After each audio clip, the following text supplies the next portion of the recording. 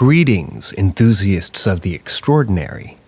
Join us at Paranormal M to explore stories that challenge conventional wisdom.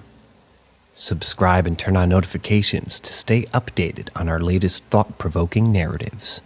I'm finally ready to talk about her. This took place over a few years in a farmhouse in the desert of Arizona. It was newly developed land. We moved into the place when I was 15. At the time, I was going through a lot emotionally and smoking a lot of weed. That might explain some of my personal experiences, so I'll try not to dwell on them too much. The house was set up almost plantation style. It was very wide and narrow. A big wraparound porch and lots of awkward corners. The front room was a tall library with an open balcony to the upstairs, which ran into long, skinny bedrooms. My parents' room was closest to the stairs and attached to a nursery with a sliding and suite door. My brothers, 2 years younger, and my room were at the end of the dark hallway. That side of the house never got sun, so it was bad vibes all around. Downstairs, there was a fucked up Harry Potter-style closet, a sunken living room, a kitchen in the center of the house, and a sunken playroom for the baby. It honestly started the first day we moved in. My brother and I were the only ones in the house, unboxing plates. The place was so empty, everything echoed. I swear it sounded like a little girl laughed, like a creepy track you could get off an app or something. Keep in mind, the TVs were not plugged in. We were on an acre of land far away from the dirt road, and my brother was way too stupid to pull a prank like that. I started hearing voices at night. This wasn't unusual. I honestly used to freak myself out badly. I think I made up noises to scare myself. My parents had raised me not to talk about things scaring me, to tough it out and to be a big girl. It was fine most of the time during the day. Everything came at night.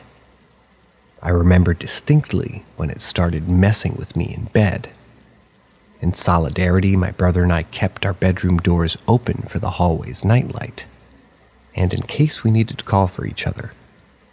We had a pretty fucked up childhood that might have contributed to all the codependency that I'll describe during this. I was falling asleep, but not quite out. I felt the blanket slipping off the bed and reached down to grab it. This was common. I didn't have a bed frame with a foot. Kept slipping no matter how I tried to tuck it. In classic horror movie fashion, the last time I pulled it, I felt tension. There was nothing that it could have been caught on. I feel like the second I went from confused to terrified, it bounced back to me. I don't know how to explain this well, but I was sure someone was under the bed pulling it from me. Later, I moved another nightlight into the bedroom. It was kind of a spooky amber orange, and I convinced my parents to let me paint the walls cherry red. Again, I was almost asleep, but not quite asleep, so I don't think it could have been sleep paralysis. I heard the carpet rustle, and maybe joints cracking. It sounded like my mom had come to check on me. I opened my eyes and I immediately froze. I don't think I've ever been more scared in my life. There was a woman crawling across my floor from the far side of my room to the foot of my bed. She was pale with stringy hair, like she was going bald. I couldn't see her face. I don't know how I fell asleep. I couldn't scream or move. I think she disappeared under my bed. Again, this could be a hallucination. My baby brother was about 7 months old when she started coming out during the day. My mom was a teacher at the time, and was able to stay home with us during summer vacation.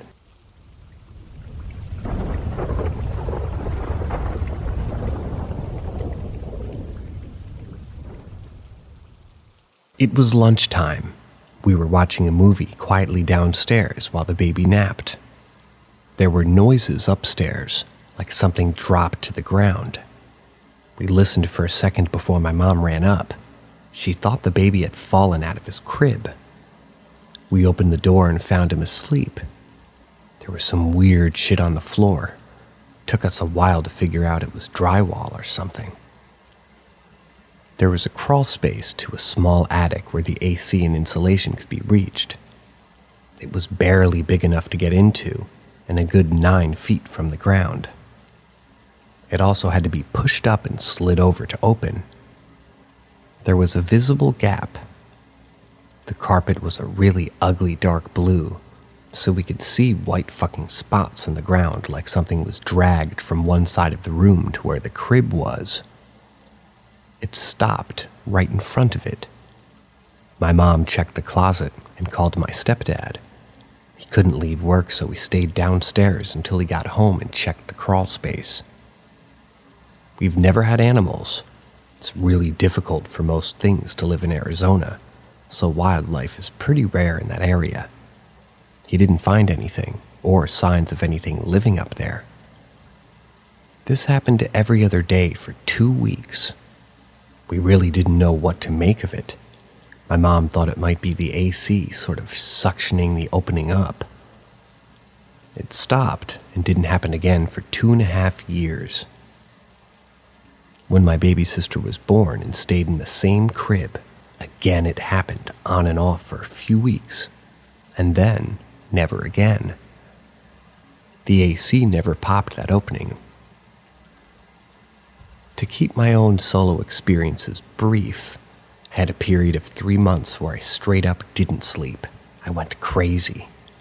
Every night I felt like my bed was shaking. The instant I laid my head, it would vibrate. The metal frame would sway. I'd feel like someone was pushing the mattress between the baseboards or sitting on the corner. I had my brother touch the frame one night to tell me if the shaking was in my head or not. He said it wasn't, but I'm not sure if he was just playing into it. I thought I might be having seizures or something. At one point, I got so frustrated I started sleeping on the couch downstairs with the dog. I started hearing whispers, too. Not a noise that sounded odd, but someone calling my name. My name has 3 fucking syllables. I would be in my room, door open, doing something at night after my parents went to bed. It was a female voice, but it sounded off. I don't know how to explain it. The downstairs really scared me after the lights went out, so I never went down, but I did walk to the balcony to look down.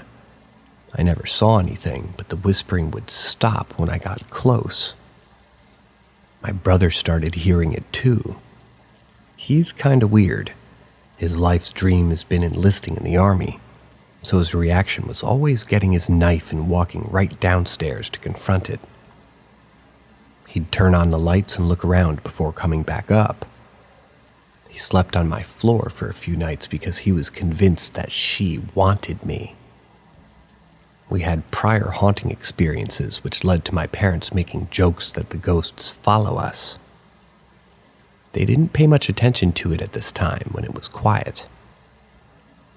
One night my parents went out with the babies. My brother and I were in our rooms, doors open as usual. We started hearing something weird. I thought it was the wind. It got louder until it was clear that it was a woman fucking wailing. I know it sounds crazy, but it was so clear. We hid in my room for what felt like hours calling my mom. For some reason, it didn't occur to us to call the police. The crying stopped. We hatched a plan to run for the stairs and out the nearest door. All of the lights were on in the house, and my brother had his stupid knives. It's like it knew we were going to leave. We heard shuffling outside the door and maybe breathing. could have been the air conditioning. We kind of decided that we were ready to die, unlocked the door, and booked it. The crying started again, and it was clear it was in my parents' room. We stood outside the property line for an hour waiting for them to come home, watching the house. No one could have gotten out without us seeing. We had huge windows lining the upstairs hallway that showed everything with the lights on. My parents made fun of us and still do about that night. A few other incidents include my baby brother talking to the man, quote-unquote, upstairs. He'd stand in front of the balcony and talk up to someone. He told us the man was hiding in my room. He talked about the man in the window and would ask, "Who's that?" directed at the doors at night. I don't want to talk about all of it, but there were so many instances of voices and doors slamming and things being knocked over in my room that I thought I was losing my mind. I moved out at 18 and came back occasionally, usually to babysit. Apparently, my reluctant believer mother and absolute skeptic stepdad watched a coffee pot jump off the counter. They also were sitting outside having a fire on an open evening when they saw a figure in the balcony window of their bedroom. It was a tall man, but my stepdad still needed the urge to go upstairs. It appeared a second time, closer to where the nursery door was. My mom said that she had horrible dreams about a man in the corner of her room after that. She was present for many of the times that we heard footsteps upstairs, doors slamming when the AC was off, but she always denied there being anything wrong. My parents left town with the kids for a week. At this point, I was 19 and living happily an hour away. My mom begged me to check on my brother and stay a few nights for the weekend.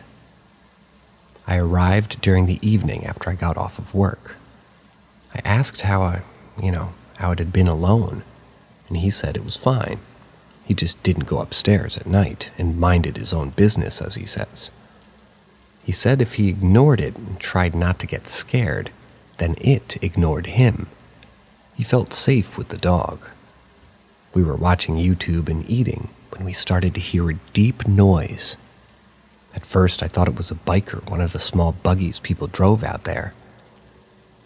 Then I noticed it was holding a tune. It was humming. The dog had a weird thing about staring into the bathroom if the door was open, which was scary at night. This time, the door was closed, and he still stood up and stared. The noise was so deep it sounded like it couldn't be human, but it was definitely melodic. There's nothing I could figure out to explain it. My brother and I just kind of looked at each other. Then a door slammed upstairs and we decided to fuck off and go on a walk. When we got back, I decided I would sleep in my parents' room. It didn't feel right to stay in the kids' room, but looking back, it would have been best to stay close to my brother. I fell asleep surprisingly easy. I guess about 2 hours passed before my brother slammed the door open. The house smelled like it was burning. Not really like a fire smell, but like a burning plastic and trash smell. I was panicked. I was the adult and I didn't know what to do. We checked the house. I turned off the air conditioning thinking it might be on fire, and we opened all the windows and fell asleep on the couches downstairs. The next day, the smell was still lingering, but less overwhelming. The air conditioner was fine when I turned it back on. Like usual, the day was fine. That next night, my brother and I went on a Jack-in-the-Box run. It might have taken 30 minutes.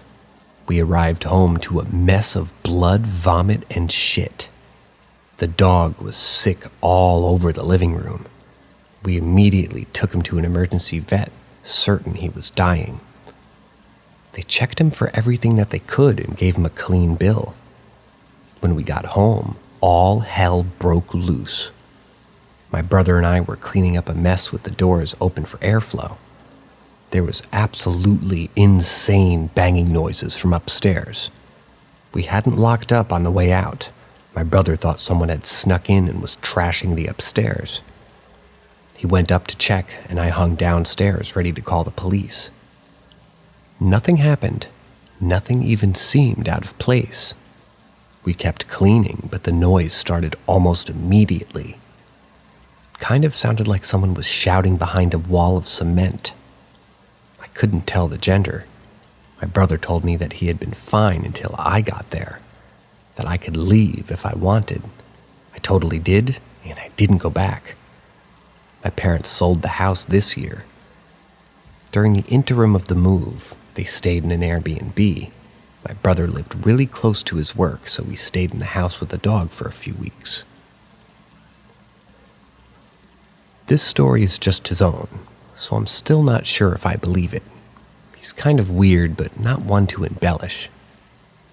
He had been hearing the usual things, even his name being called in the night, but ignored it all. His friends had been coming over to keep him company. The last day he was supposed to finish moving, he brought a friend. He says he felt that they were being watched the whole time they cleared the place out, and his friend left him to lock up. They got into the car facing the house when they noticed the blinds were open. They were definitely closed on the way out. His friend claims that he saw them open from the side of his eye. My brother says there was a woman squatting in front of the downstairs window close to where he had just left from. She was pale, her nose was hooked, and her hair was black and stringy. Again, classic horror movie ghost. He said she had black eyes with visible white dots in the middle, inside out eyes, as he called them. And she was smiling. He says it took him a second of shock to realize she was looking right at him. He felt sick, like she could walk right out and get him. The burned rubber when his friend snapped out of it and they screamed at each other all the way down the road about what they saw. He called me right after to explain it, but I was with friends and not really willing to listen. What fucks me up is that my mom thought he had a psychotic break. He went into his room and cried all night at the Airbnb. She thought something happened with his girlfriend. My brother is not a crier. I haven't seen him do it since we were little. When we got together and talked about it, his eyes teared up then too. He said he didn't know why, he just knew she wanted to kill him. He drew a picture of her. Let me know if you're interested in seeing it. It's not great, but it still fills me with the deepest foreboding. It took me a while to realize that I saw her too, just once in my bedroom almost 5 years ago. Seeing her suddenly made sense. I knew it didn't feel like a woman, but it felt feminine. It felt like something pretending to be a woman. Anyways, I know this is long. Feel free to offer your own opinion. My ex brought this up today. We dated all through high school and had a few experiences together that she recounts as her only paranormal encounter. I would love to still think this was my own delusion, but it was shared by too many people to be. Maybe a few things are explainable, but most of it isn't. It's affected me so deeply I'm still terrified that if I think too much about her, she'll follow us a state away. I also forgot to mention that we heard word from neighbors that the previous family had 12 people, Mormons, living in a house that we could only fit 6 into. They were really weird according to multiple families, and they moved in with 5 kids and left with 4. We heard a toddler drowned in the upstairs bathtub. No idea which one, or if this is true. We couldn't find any documentation.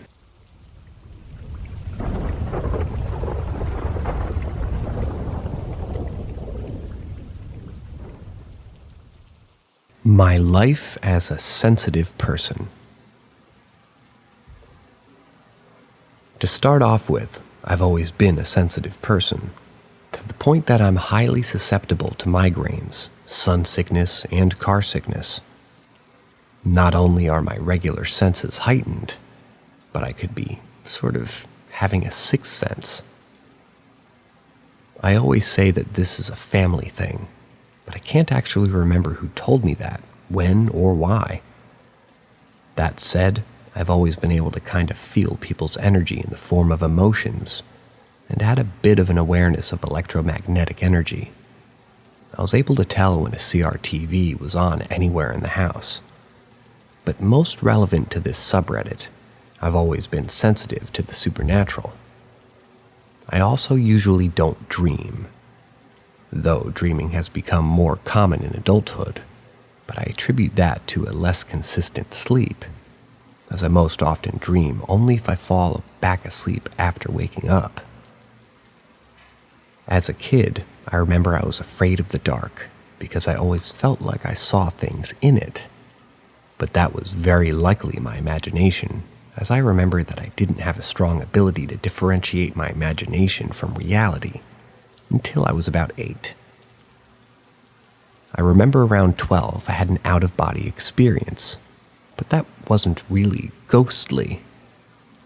Around 14 or 15 I had a very active autumn. On Halloween I saw 3 shadow people in one night. One watching me from a fence, one behind an above-ground pool while playing hide-and-seek. I can't remember the third, but I remember there was 3.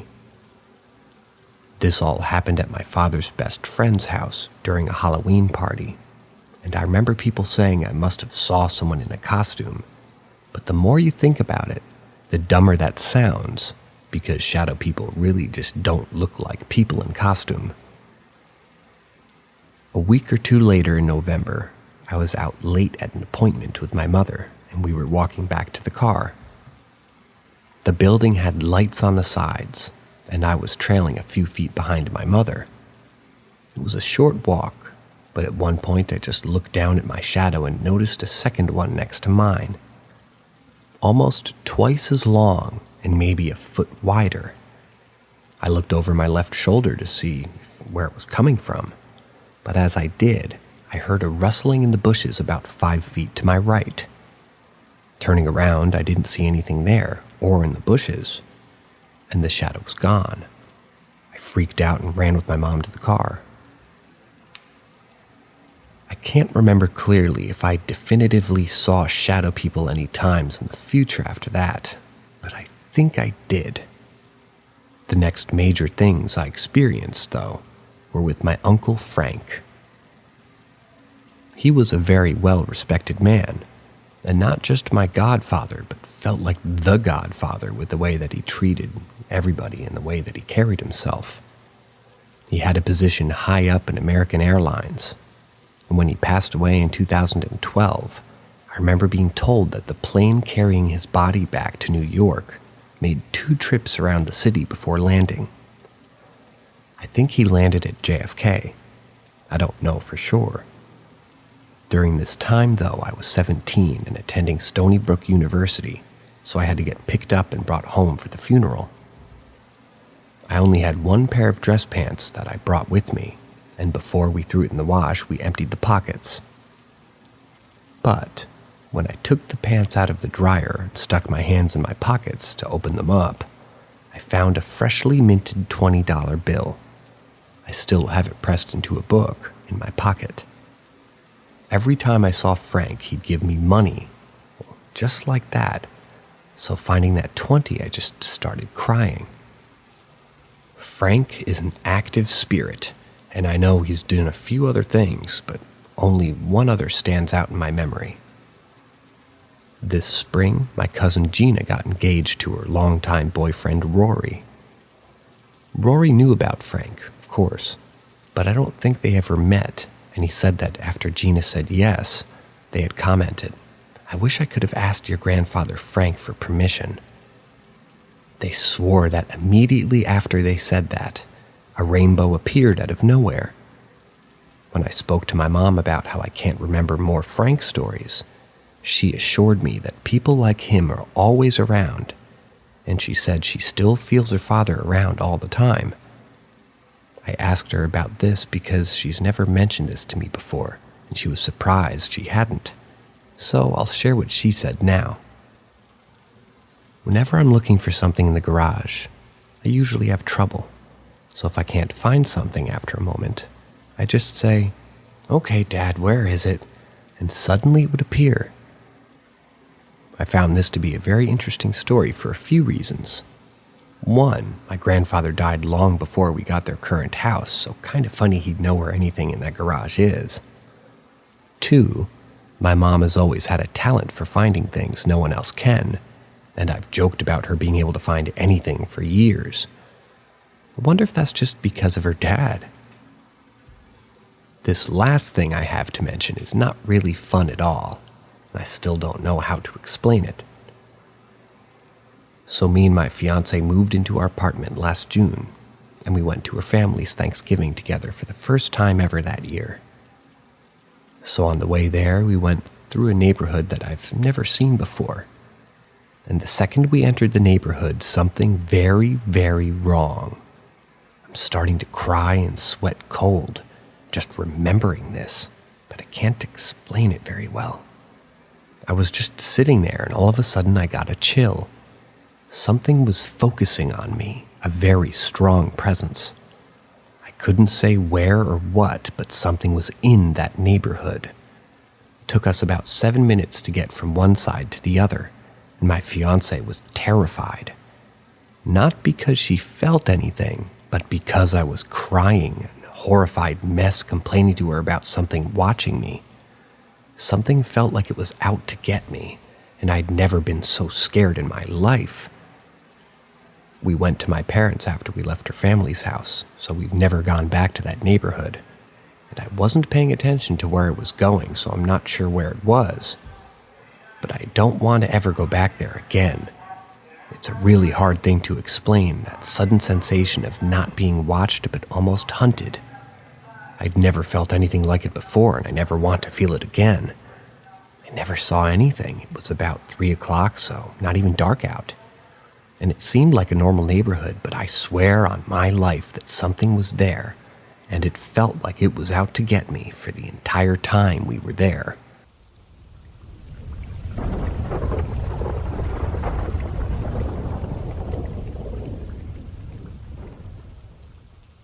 Westminster Chime.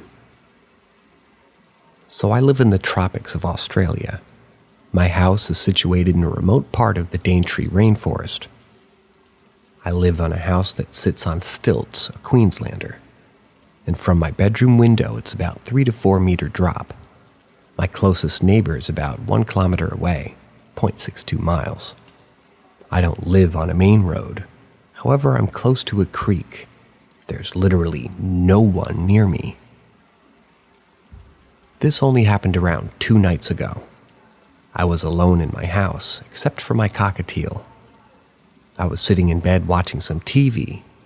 Nothing out of the usual. I then got that all too familiar feeling of someone watching me, or something about to happen, a feeling that I've gotten accustomed to over the past 20 years.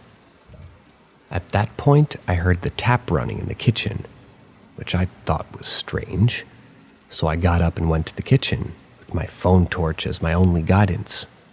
Didn't want to wake my bird up by turning the lights on. I've gotten used to these types of things happening, and I'm not really all that scared of them anymore. However, as I turned off the tap, my wall clock did its Westminster chime. I looked over and the time showed 12:38 a.m.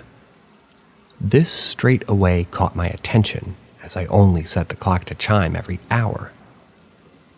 Then, as I was near the clock, the tap turned back on full force.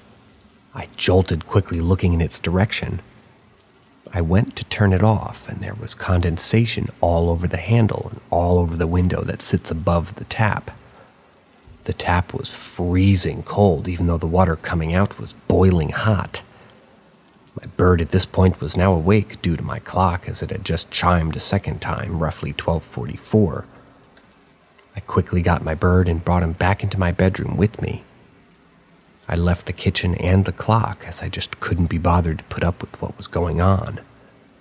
My poor bird was scared shitless. I admit I kinda was too. As I sat in my bed, there were 3 knocks on my bedroom door. When I ignored them, they moved to my window. I got up and opened my curtains to nothing but trees and black as ink sky. I opened up the window, and my God, I'm getting goosebumps writing this. I heard whispers at the bottom of the ground far below me. I couldn't understand what they were saying. Then they stopped. As soon as they stopped, 3 knocks yet again hit my door. I slammed my window shut and locked the door. I yelled out, "Can you please just leave me in peace?" They stopped. Nothing else happened that night, and I finally got some sleep. It was really creepy. Not too scary, but scary enough to give me some trouble sleeping.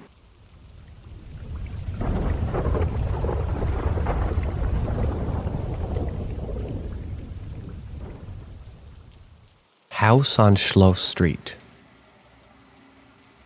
It was one of the last weeks of my Christmas holiday in Australia. My family was getting ready to move out of our Queenslander.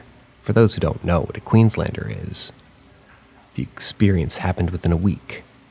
The last 2 days, Tuesday and Wednesday, I had 2 mates over for a sleepover. The first day of this experience, previous Friday, my grandfather was looking after me. The house has a general layout. There's a long hallway, 4 bedrooms, and 2 bathrooms that branch off from said hallway. At the bottom of the hallway, there's the kitchen, lounge room, and dining area. There's a second small hallway leading from the kitchen out to the back deck. This deck sits far higher up than the backyard, like a giant balcony looking over at the backyard. It's worth mentioning that a spare bedroom branches off from the top of the main hallway. This is where the ladder of the story is. I should also mention that I had a fascination for electrics, still do, so I had electric train sets, and I also had a security system, only 3 security cameras, because I liked playing around with the switchboard. Friday. My mom and dad had left early for work, so I woke up to the smell of crispy bacon and egg breakfast sandwiches. My grandfather always believes that the breakfast is the most important meal and never settles for anything that doesn't have sausages, eggs, or some sort of breakfast sandwich. I slowly stumbled into the kitchen, still half asleep, gazing up at my steaming hot meal on the table. "Well, are you going to sit down and eat?" "It isn't going to eat itself." Per my grandfather's query, I sat down and ate. So did he. We had a bit of a discussion. He said that we would go to the corner shop in the afternoon, but he wanted to watch the midday races, which was code word for he wanted to sleep for 3 hours after lunch. After breakfast, I played with some Lego and played with my dog. Nothing really happens until after lunch, and my grandfather's asleep. So let's skip to then. With my grandfather snoring loudly and reclined in his chair, and me, bored with the races, decide to go down into the backyard and say hello to the cockatoos. My neighbors at the time had a pair of sulfur-crested cockatoos. Their cage was outside, down in the middle of the neighborhood boundary, but we didn't mind. I walked down to the cage that sat under 2 huge avocado trees. "Hello, Bluey. Hello, Bluey." The pair knew my name, as I visited them often. They were honestly quite cute. I sat on my little wooden stool I had there, and just admired them for 5 or 10 minutes, as well as listening to the magpies flying high above. Then I got that feeling of someone watching, that feeling that something is going to happen. Out of instincts, I looked behind me, and up towards the deck, just barely able to see the back door due to the perspective. After seeing nothing there, I turned back around to the cockatoos. This is when things become hectic. Only 10 seconds after I turned back around, the crests upon both cockatoos rose simultaneously to their full length. They flattened their body feathers and stood up straight. Cockatoos and cockatiels do this behavior when they're mostly curious, shocked, surprised, or worried. They started to absolutely scream. They started to shout my name, their owner's name, and also started to sort of native scream. I was now in shock. I didn't want to turn around. I was frozen until I felt an icy cold breath on the back of my neck. I instantly turned around from feeling this. I see nothing. While looking behind me, the front legs of my stool just snapped. I fell forward, face planting into the ground. At this point, the cockatoos have started to fly around in their cage. I stand up quickly, frozen again. Then, in the side of my ear, I hear, "Bluey." It was quiet and sounded like an old, angry man. I felt his breath touch the outside of my ear. I started to sprint. I got no more than a meter when I slipped and fell down into the ground from a fallen rotten avocado. I tried to get up, but of course I had badly rolled my ankle. As I tried to stand up, I heard a scream, and I mean a full-on scream, burst into my left ear. "Bluey, run!" Yet again it sounded like the same old creepy man. I was stumbling, almost hopping towards the stairs to get up onto the deck. I was probably going a little faster than walking speed. After reaching the top of the deck, I made the last hobble towards the back door. It was locked. I started to absolutely scream for my grandfather. I was banging on the door, just yelling as loud as I humanly could. I saw my granddad through the large glass pane rushing towards the door. He pushed it open, but it slammed back into his face, causing the glass pane to shatter into huge shards. Then it stopped and let the door open. Nothing really happened after that. However, my granddad thought it would be best if we spent the rest of the day at his house. Tuesday to Wednesday. I was still in shock from Friday, but today was the day that two of my good friends came for a sleepover, as I was moving cities. Lucas and James arrived around 1 o'clock. We did the usual things, played in the backyard, hung out with the small wooden tree house my dad built us, or that my dad had built us. It sat about halfway up on one of the many avocado trees that we had in the backyard. I did get that creepy feeling that I got on Friday. I wasn't totally comfortable playing around in the yard, but I had my friends there, so I thought it was okay. It was around 6 o'clock when my dad told us to come inside for dinner, and to bring Fletcher inside. Fletcher's my dog. We always bring him inside for the night. We went and fetched Fletcher. He was sniffing around some dirt holes, as lots of schnauzers do. We came into the kitchen and sat down for nachos. We decided to watch a couple of movies, play some Wii, and then go to sleep in the spare bedroom. It was probably 11 o'clock. My parents were in bed and fast asleep. The three of us had just finished watching our third movie and decided that we should probably head off to bed too. We shambled up the long, narrow hallway with Fletcher guiding us. We finally reached the spare bedroom. Inside sat a TV, my switchboard for the cameras, a queen, and a single bed. The three of us sat on the queen bed as James wanted to have a look outside, so I turned on the TV and the camera system set up. I switched to channel 1, the front camera. They had night vision, but as you can imagine, this was around 10 years ago or so it wasn't the best night vision. But it wasn't very clear. I continued to switch to the second camera, channel 2, pointed down towards the driveway, then to the third, channel 3, which looked down into the backyard. James thought it was awesome. Lucas just wanted to sleep, and at this point I was so tired that I really couldn't care.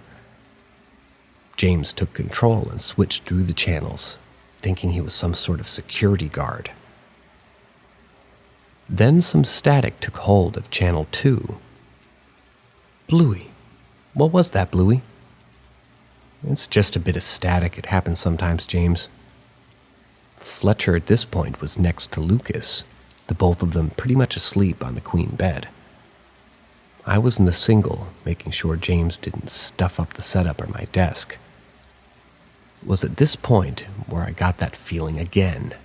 I desperately wanted to turn on the bedroom light, but I didn't want to seem like a wuss. So instead, I leaned in closer, now watching each camera very carefully along with James. "Fletcher, what are you doing? I'm trying to sleep." I turned around to see Lucas disgruntled, and Fletcher no longer sleeping, but instead standing up on the bed. His ears were pricked up. He was slightly leaning forward, putting pressure on his front legs. Again, this is common defense or attack stance for a schnauzer.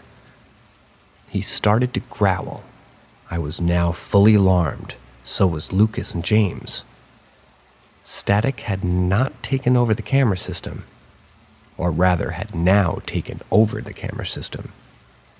Lucas put a chair up against the doorknob. James got up and shut the blinds. James scrambled up from the office chair. Lucas grabbed one of the two chairs at my desk and quickly put it up against the door. I sat down and rebooted the system. Quite a panic, if I may add. After rebooting, there was no longer any static. I quickly put it into channel 3 to look at the backyard. Sure enough, I could barely see the cockatoos flying and going wild in their cages. I mustered, "Oh no." Me saying this absolutely freaked the hell out of James and Lucas. They turned to a puddle of mush. "Well, what's wrong, Bluey?" "Well, I'm pretty sure we're going to find out soon enough." Static no longer filled the camera system. No, instead the lenses started to fog up. I could no longer see out of channel 3. Quick, go to channel 1. "There's no point, James. They all have condensation on them." At this point, Lucas was quiet until he said, "Guys, someone just poked me." Lucas was on the queen bed. James was on the single. I was sitting in the office chair. James and I went into the queen with Lucas. The three of us sat huddled. We grabbed Fletcher, still growling, towards the door. The three of us watched the camera. We could see faint shadows moving around. I went to turn on the bedroom light. You guessed it, it wouldn't turn on. Then the camera went to static. I changed the channels. Nothing. All were static. I rebooted it. Twice. Nothing. Then a cackle was heard. I jumped back into the bed. The cackle went again. At this point, James was on the brink of tears. I felt another breath on the back of my neck. It sent a spine-tingling shiver throughout my body. Lucas peeked through the blinds. The window had condensation all over it, but that wasn't the problem. Lucas mumbled, "Oh my God." Written on the outside of the window was END. That window has nothing beneath it except the ground, which was 3/4 meters below. 3 or 4 meters below. Lucas quickly crawled back from the window, back to the middle of the room. Fletcher stopped growling, but now instead was whimpering. Just as he started to whimper, we heard a single tap at the window, then nothing. Fletcher quickly looked towards the door, and sure enough, we heard footsteps slowly coming closer from the hallway. Then the footsteps stopped, right in front of the door. Silence for 10 seconds. Fletcher began to absolutely cry, and for good reason. 3 loud knocks were hit at a large amount of force on the door, then again silence. Until rapid tapping on the window took place, a rock then got thrown at the window, smashing it. We started to absolutely scream, moving the chair trying to pull open the door. Then the same voice screamed in the room. "You're wanting to leave so early? I'm that bad of a host?" The door flung open. An inertia effect happened and we fell flat onto the ground. We got up and ran screaming down the hallway. We bolted past a mirror that shattered as we went past it. My parents were now awake, and as soon as they stepped outside of their room, it all stopped. James and Lucas went home early, and thankfully we moved out of that house 3 days later. However, the next morning we saw the true aftermath. All 3 cameras had been ripped out. Only thing left were wires coming from the roof. We never found the cameras. The window had somehow been smashed, and the 2-meter-long mirror was in ruins. I never really found out who the spirit was, but he was definitely aggressive. The house wasn't too old. I think it was built in the 1940s from what I can remember. Both experiences were terrifying, and I've never owned security cameras again due to the fear of what I may see on them.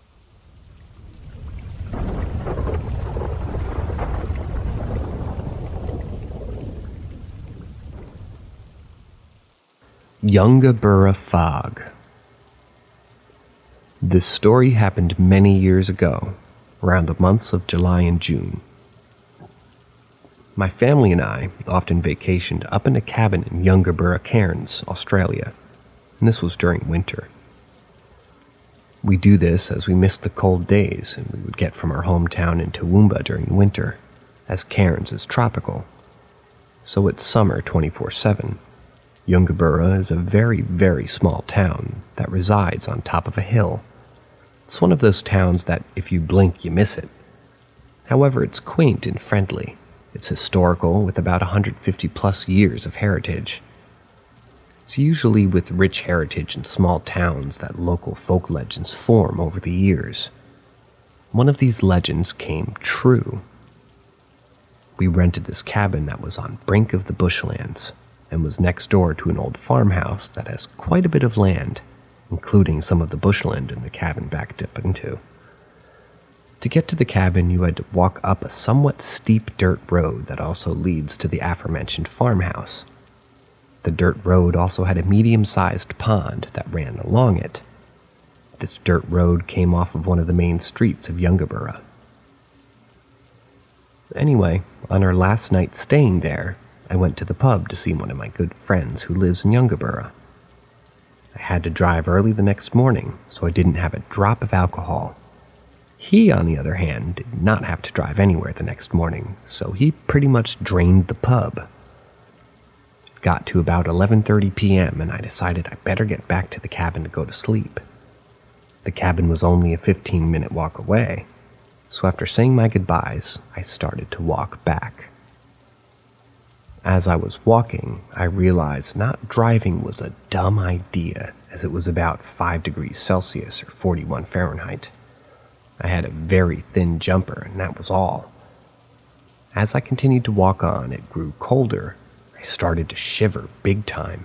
I finally reached the entrance to my driveway. God, did it look ominous.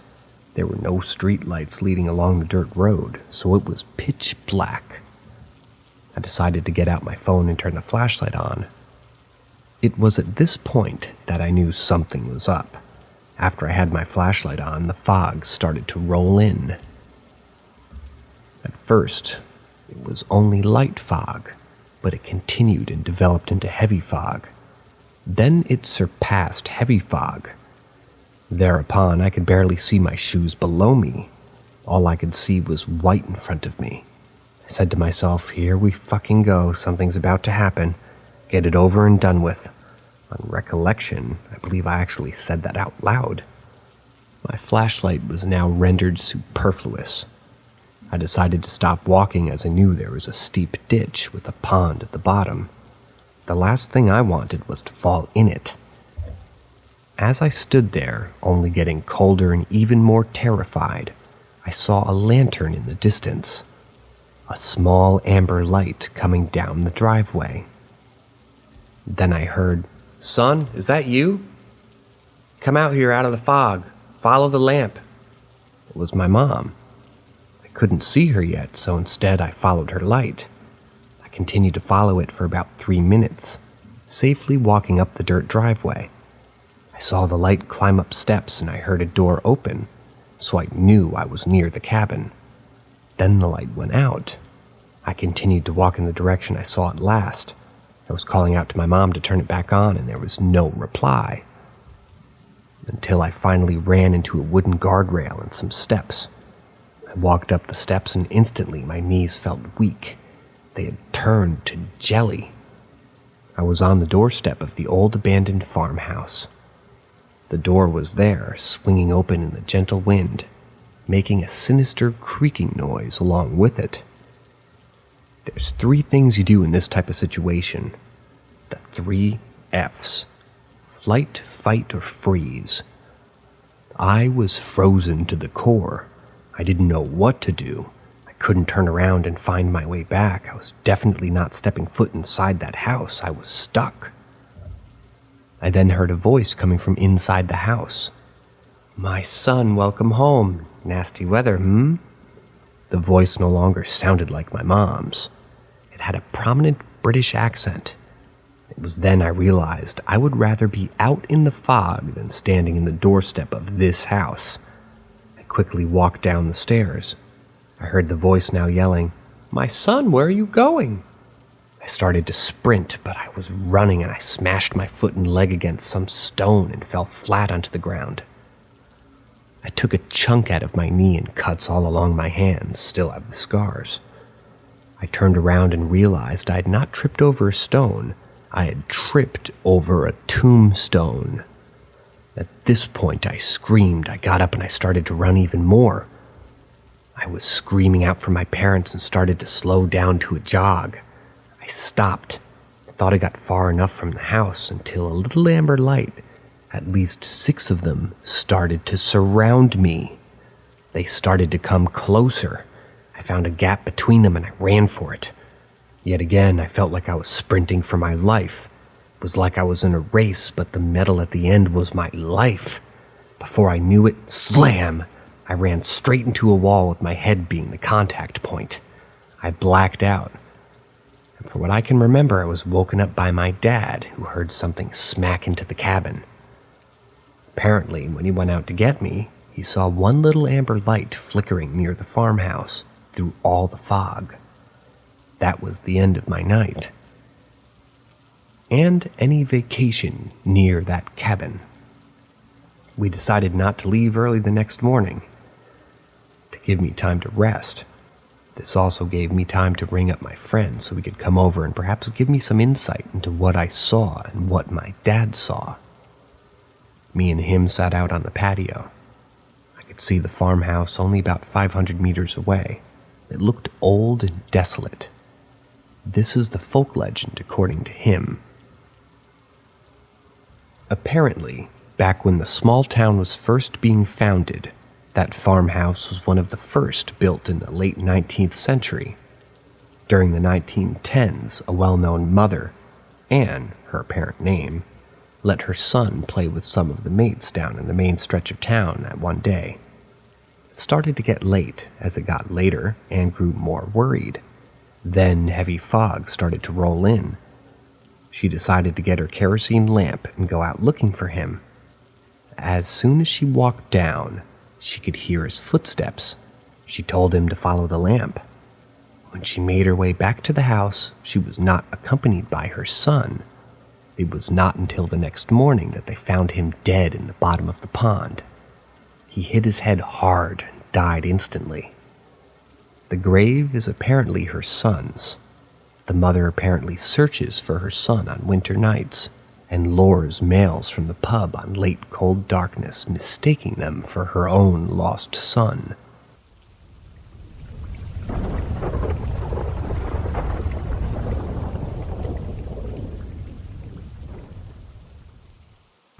The Burning Man. This story happened about 4 years ago. I'm in my late 20s, and so is my friend. It was around June, in Toowoomba, Australia. My friend, let's call him Mark, asked me to come pick him up from his college, Downlands. June is when it gets its coldest in Toowoomba, and that night I remembered reaching -4 degrees Celsius or 25 Fahrenheit. It was around 6:30 when I reached the college. Mark is a teacher there, and apparently his car had stopped working. I wandered through the dark trying to find the admin block. I finally reached the block, and Mark was inside. He looked shaken up. I asked him what happened. He said in a shaky voice, "He's here, a ghost. We're at the school too late. He's been moving stuff." Now, as you can imagine at this point, I started to absolutely freak it. Downlands is a boarding school, so I knew there was a small amount of people still here. However, the boarding block and the admin block is a far, far ways apart, and I was not about to wander through the dark pathways, with Mark spouting the stuff he was. Instead, I decided to go back to the car with him. So we locked up at the office and cautiously walked out. As we were blindly walking the concrete path in our thick jumpers, the wind was making an eerie howling noise as it started to blow gusts. Then I saw a flickering light, an orange light coming from behind us. All of a sudden it got very warm, and I mean a quick sudden boost in temperature. We were about halfway down this hill, so Mark and I turned around to see what was at the top of the hill. And this still freaks me out when I think of it. It was a man on fire. He was standing there watching us when we turned around. He stared at us for about 5 seconds, felt like 5 hours then. He then let out the most horrendous scream and started to run at us. Mark and I ran and fell over to the side of the path. The man on fire ran past us down the hill and into the forest. I got up, I looked down toward the oval. He was still running. He just came out of the forest and was running towards a road until him and the fire vanished. At that point, we decided to run to the boarding block and find another member of faculty. We reached the block. We found one of Mark's colleagues. He let us stay the night. We were told it's a common thing to see if you stay in the admin block too late, or if you're walking those paths at that time of night. Even from this block, everyone can hear his screams at least once a week as he terrorizes the school grounds at dark. Apparently, the faculty member, whom was also a teacher, said he had only seen the burning man once. When I asked Mark the next morning what he had seen in the admin block, he replied with, "All the drawers started to open and I heard a voice say, 'The fire has been lit.' When I first started to work here, the office ladies warned me that I shouldn't stay late near the building. Now I know why." Before we left the next morning, we went to the admin block and asked the office ladies if they'd ever seen him. We went in and saw a younger lady in her 30s. She asked, "Do you have an appointment, Mark?" "No, but we just wanted to ask you if you'd ever seen..." Then the older lady, maybe late 60s, early 70s, came out of the back and said, "You two saw the burning man, didn't you?" Mark replied, "Yes, we did. We saw him last night." The old woman came closer and said, "Yes, all the drawers were open. I've seen him many times. Not a pleasant experience. Try not to stay late. If you do, don't come anywhere near this building." The younger lady spoke up. "I've seen him twice. I hated it. I've never stayed late again." We both left. Mark got the day off. I never stepped foot on those school grounds ever again. The burning man at the Downlands College has been noted as one of Toombawoombaa's most just malicious paranormal experiences.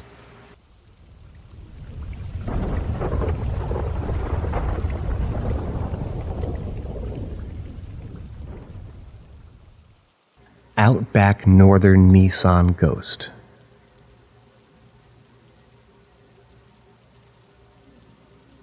I'm in my late 20s, and last month I had one of the most scariest experiences I've ever had. My family attracts spirits. As in the 18th century, some of my family dabbled in some spiritual stuff. They got blamed as witches, and they got burned at the stake. That's a story for another day. Anyway, I was on a 4-wheel drive adventure with my dad, my mom, and my dog. We have a buffed-up Pajero. Not the best 4-wheel drive, but it still makes it across desert tracks. It was on the 12th of December, I believe. We were crossing a track in the Northern Territory, Australia. We had just finished crossing a rocky portion of the track and was now on flat dirt. We started to set up camp for the night. As I stepped out of the car, I went around to the back where the water containers were to fetch some water for my dog. But as I walked near them, I heard a trickling and gushing noise. Sure enough, a rock had punctured both external water containers. I quickly went and told Dad. We had barely enough internal water to last us a day, so we made the decision to drive at night. You should only really drive at night if you most definitely have to. Otherwise, you should generally avoid it. We knew there was a small community just outside of Uendumu, around 45 minutes away. It was already 7:15, pitch black. We got in the car and started to go for the drive. This road was particularly dangerous, as it was long and straight.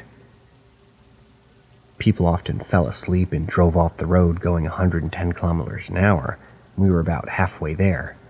I was sitting in the back with my standard schnauzer on my lap, and he was drifting asleep until his ears pricked up. He then jumped up, looked like he was trying to look behind us. I turned around and saw nothing but a black, empty, eerie desert. I turned back to the front to see my mom drifting to sleep and my dad wide awake. Then all of a sudden, my dog started to whine really loud. A really bright light was reflecting in the side mirrors and rear view mirror. My dad said, "What? Is that a car behind us?" I looked behind us. There were two extremely bright lights tailgating our car. At this point, my dog was barking and whining. My mom had woken up and immediately started to panic. The lights continued to tailgate us for the next 2 minutes. We then passed a tree, and all of a sudden the light had stopped. The car was no longer behind us. It had disappeared. My dad stopped the car. He turned it around, thinking the car may have crashed. We got near the tree. I got up on the roof, turned on the giant spotlight that we had fitted for this trip, and shone it all around us, searching for the car. There was no sight of it, just empty red dirt. We searched for another 15 minutes, even on foot. Nothing. So we continued on with the drive, hoping to find some help in the coming community. Once we reached the small settlement just outside Uendumu, we raced into the pub. The pub was empty except for the bartender. He immediately asked us, "What's wrong? Something up?" My dad replied with, "We were just driving along the track and we saw a car disappear off the road. Somebody could be hurt." The bartender put down his rag and said, "You guys saw the Northern Nissan. No one's hurt, at least now." I replied in a somewhat impatient tone, "What do you mean somebody could be hurt?" He then pointed to the news article up on the wood wall. It read, "Nissan crashes into tree, killed all 2 on board." What you saw was the ghost of the Northern Nissan. It crashed a bit more than a decade ago. It was 2 brothers quickly making their way into town as one of the brothers were sick. They crashed into that tree at about 7:30 p.m. Many people who make that road at night see them, at around the time you guys saw them. My mom's mouth had dropped. My dad sat down. We stayed in that small settlement for the night. In the morning, we decided to go look at the tree. What we saw was a scar from the crash, and exactly where we saw the car disappear the night before. It was creepy to think about. I got out on foot searching for a ghost car. Seconds after it had disappeared, my family had seen the Northern Nissan.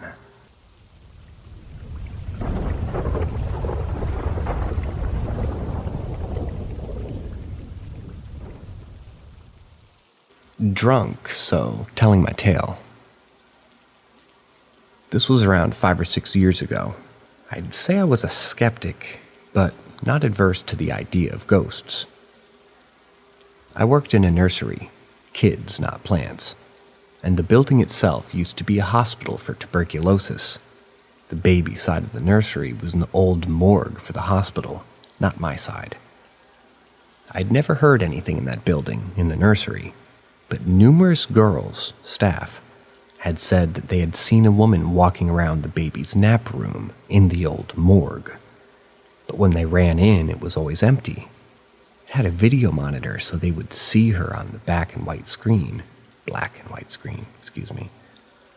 The older kids were in the old hospital. Anyways, I'd covered many times in this old morgue, and I'd worked in the old hospital side for 3 years without any incident or hearing of any incident. One night, though, when I'd moved to the office, not working with the kids anymore, I had a few things to finish up when the nursery was closing, so I spoke to the manager and got their keys so I could close.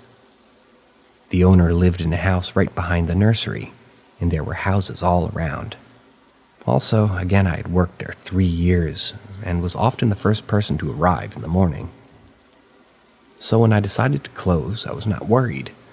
It was also Scotland in the summer, so even though it was 6 at night, it was very bright outside. It was about 6:30 when I finished what I was doing, and I was in no rush. I was in a great mood because I had managed to finish something so important, so I was kind of swanning around the building. At the last one, I had to check every room to make sure that there were no kids or fire hazards. And as I was checking a room at the back with the glass, a Perpix, just kind of walking, looking into the entrance, I saw a tall man dressed in dark clothes walk into the front door. I ran to the entrance to tell them all the kids were gone already and to check the other building, but no one was there. Very strange. But I figured I must have imagined it, because I was looking from the other side of the building. So I cracked on with checking rooms. I got to the next room, and I had a panicked feeling telling me to get out, run as fast as I could and not look back. I have anxiety, but I've never experienced anything like this. It was like a serial killer was chasing you. As soon as I got outside the door, I felt a wave of calm over me. I locked the door and cycled away. I actually met one of my colleagues just driving away. That's how quick I had been. Anyway, the next morning, I told the manager. Basically said I wouldn't close again, and I wouldn't want anyone else doing it on their own.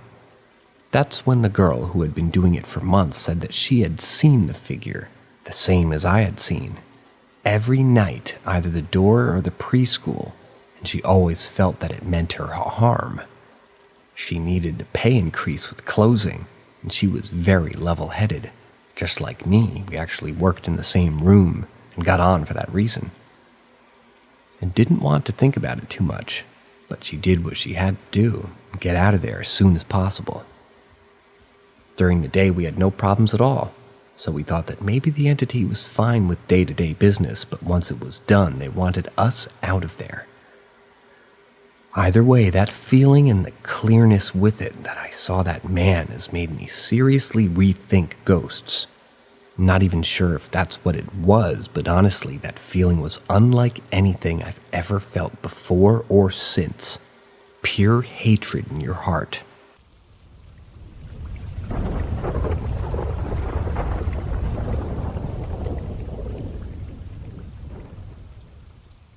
Great-grandmother. It was back in 2008 or 2009. My great-grandmother had passed away. Fortunately, I had the chance to see her one last time, the week before she died, and she told me that she had left us with a smile.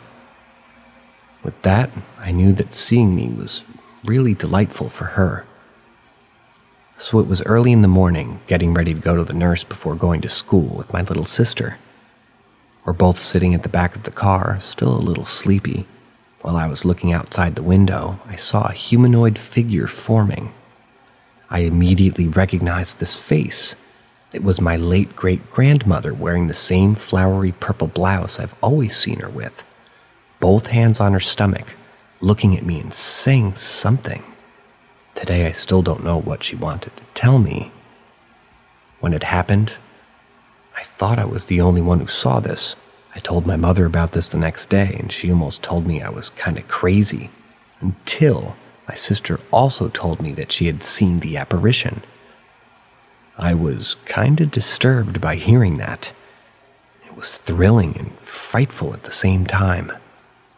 The only person who believed us without saying we were crazy was her grandmother, actually the great-grandmother's daughter, because she was also seeing her in her dreams, in her prayers, and she kept talking to her for maybe 5 years or more.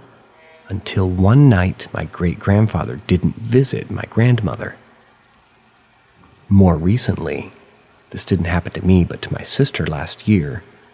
She was sleeping at one of her friend's places and she had a sleep paralysis episode. Not really a sleep paralysis, it was really strange, and during that, she was wide awake. She could walk, but not talk. Trying to wake up one of her friends, she scratched him. She also saw her great-grandmother saying something to her, but still, we don't know what.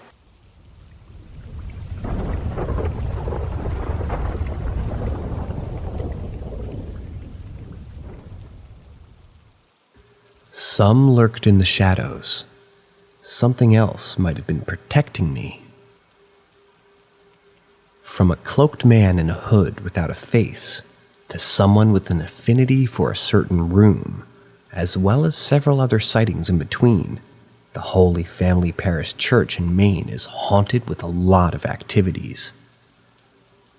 The Stillwater Montessori School rented out 2 rooms and utilized a good part of the building for their interests. From 1990 to 1997, I went to this school. Its layout was fairly simple. The door to the school was the ones closest to the road. It opened up to a long hallway immediately in front and a hallway to the right.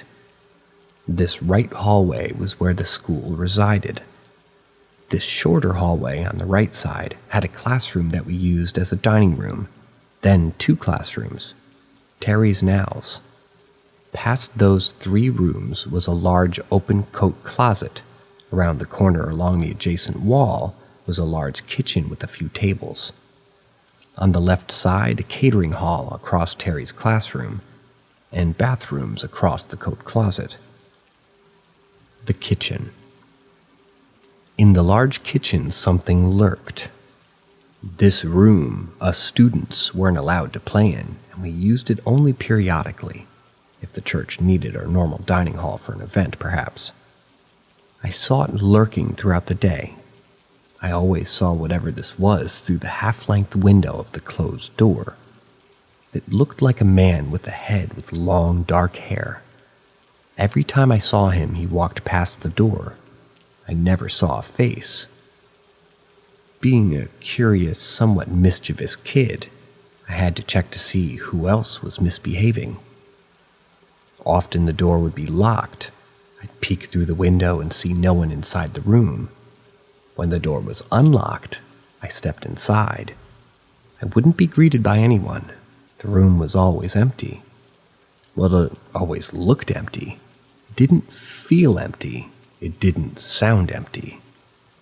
There was an authoritative energy in the room. It was strict and cold. I was a little nervous that if I stayed there for more than a minute, I'd get a good beating. The minimal moments I poked my whole body in the room, I could faintly hear dishes rattling by the sink and a general mixing, cooking sounds. Sometimes we'd have to eat lunch in this room because our normal dining room was occupied. I was the only student not excited to eat my lunch here. Upon finding out that we'd be guests in this room, I'd dread it and lose my appetite. I wasn't the only one eating there, so that made it a little bit better, but I still didn't feel welcome. I'd constantly hear extra noises that didn't match students who were eating packed lunches. It was unsettling. I was always glad lunch was over in this room. The reception hall. The school used the catering hall for potlucks throughout the year. The potlucks would include a theater show put on by the students. The energy in this hall was somewhat ominous, due to the kitchen and bathrooms jutting out from an otherwise large rectangular room. There were 3 sections of this room: the open area in front of the bathrooms, the large area overlooking the kitchen, and the smaller area that faced the entrance. This smaller area had a dark corner where the paneling was different. It looked like a booth or nook that maybe a cash register might be placed. Behind the counter, there was a weird room and a closet that didn't feel right. Other than this section, light brown paneling, a suspended ceiling, and white-gray speckled vinyl adorned the room. In the center of the longest back wall hung a large crucifix between two large windows. There were 2 potlucks a year. Rehearsals took place in the hall on a makeshift stage between the 2 windows. This is where all the shows were performed. I always felt an audience of 2 extra people watching us. In the height of this feeling, whenever I'd look over by the kitchen wall directly across from where I was standing, I'd see a faint shadow of a man in a top hat. The man wasn't letting off a whole lot of emotions. He was just there, like an overseer, sending wide bits of compassion in a slightly ominous way. Meanwhile, over by the darker paneling, an angry energy lingered behind the shadows, invisible to the eye, but I could feel it, sorrowful anger looming. As long as I stood clear of this dark area and never ventured there alone, I knew I was safe. Midnight Mass at Christmas. Growing up, it was a tradition to go to midnight Mass on Christmas. My Aunt Claire, my brother Josh, and I would nap in the evening and get up at 11 and head to Mass. Often the church that would host the Mass was the Holy Family Parish Church. One Christmas while I was in high school, probably 2003, we arrived at the church and entered the church by way of the main entrance overlooking the road. The 3 of us walked down the alley to sit in the pew that we wanted, towards the middle of the floor. We sat down as the Mass went on. Eventually I caught a glimpse of a man on the stage. Anger and confusion added to the overwhelming, gracious, peaceful Christmas atmosphere. He was wearing a black cloak. The hood was over his invisible head. It just stood there for a few seconds before it just turned around and disappeared behind a red curtain. Even though this hooded figure scared me, I never mentioned it to anyone. I knew it wouldn't be able to hurt me. Usually, all Catholic churches have some energy. None of the energy is anything like what looms here.